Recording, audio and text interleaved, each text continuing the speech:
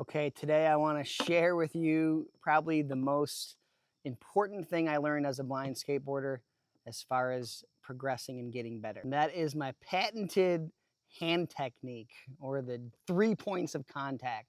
I have my feet on my board, what I feel under that, my cane, and actually using my physical free hand to touch an obstacle. So in the beginning, when I started skating as a blind person, I had a little bit of residual vision. And then I've been skating fully blind for about, I don't know, 6 years, something like that. And when that happened, I thought I was going to have to kind of give up some of the things that I was doing, just because I thought it was going to be more limiting. But just literally by skating and having to physically figure out where I am, I don't know why, but I started to reach down and touch the ledge or flat bar that I was skating.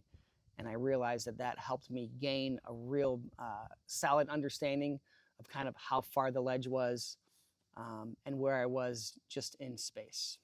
So you can skate without actually touching it. You can do, I guess, what I would consider a little bit more basic tricks like front boards and front noses.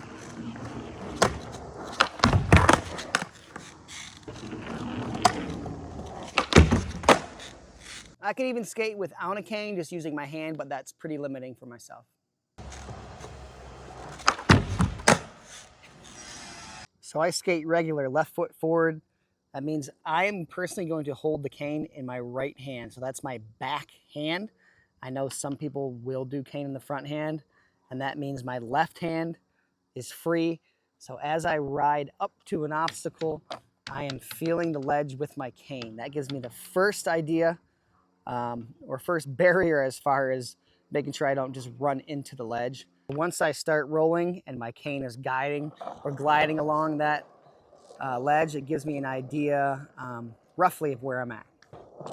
But as soon as I reach down and get my hand on that ledge, now I can really tell how far I am from the ledge. And I just adjusted myself to get me nice and parallel to the ledge.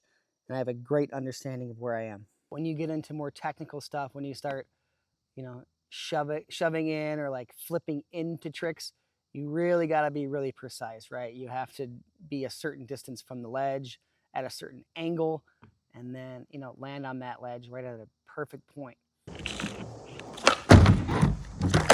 Oh my God.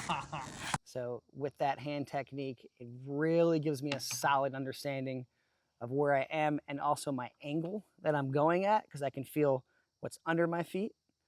And then also by touching the ledge, it gives me an idea of kind of my distance and, how far my hand is out, how far I am from the ledge. And that helps me understand like the angle that my board is at. When I'm skating backside, when the obstacle is behind me, I'm doing the same technique and I'm reaching literally my hand behind me, which gets a little bit tricky. And then because I hold the cane in my right hand, when I start skating switch, it gets a little bit more difficult too. That means my backhand is my free hand. Some people like Justin Bishop can switch hands. I cannot do that. It feels like it's almost like skating switch when I put my cane in my opposite hand. But whatever works for you is the best way to do it.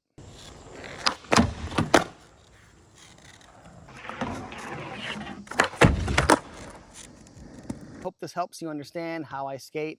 And if you're blind or going blind, use this technique. It will help you greatly.